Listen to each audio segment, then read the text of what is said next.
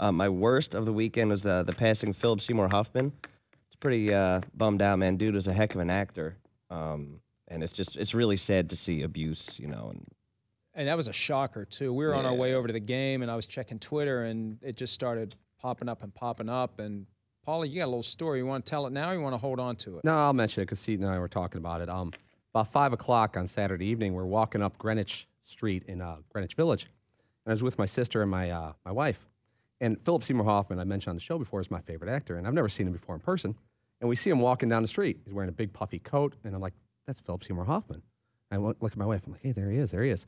And I'm not used, I really go up to celebrities or anything like that. My sister was really excited. She's also a big fan. So as he walks up towards us, she looks at him. She goes, hi, hi. And, she didn't know what to say. And he looked up. He was a little surprised to see someone recognize him because he was bundled up in a coat. And he goes, oh, hi. And he kind of gave her a half high five. And then I was behind him. And I looked at him and gave him a little head nod. And he goes, how you doing? And then we walked by and we looked back and we were just kind of shocked. And not a person you don't expect to see. He turns around the corner and walks up the steps into his apartment building. We were kind of just thinking about it, like, it's the kind of guy you don't see. And people have been asking me, how did he look? I've already gotten a couple people ask me. And I got to be honest and tell you guys, because my sister looked at me and goes, wow, he didn't look good. He looked out of it, because he was kind of, and who knows, I'm not trying to play, hindsight or anything like that. But she said that to me in the moment. My sister goes, wow, he looked kind of out of it. And I said, yeah, he looked shocked that someone recognized him when he's all bundled up. But it was surreal to see it. When I heard the news the next day, I thought it was a hoax. But it was 5 o'clock on Saturday, and we saw him go right around the corner. And it's pretty surreal. Yeah, and a tremendous actor, tremendous loss. Anybody who could play Truman Capote and Art Howell, the former baseball manager. I mean, that's a little bit of a range to go from Capote to Art Howell. And a sad situation, like Seton said, anytime abuse is involved, it's an issue that's always going to kind of be there, and it's unfortunate. And we wish the best to his family. Stop with like 30 seconds left. So this is really awkward. I thought we should talk about it on the air.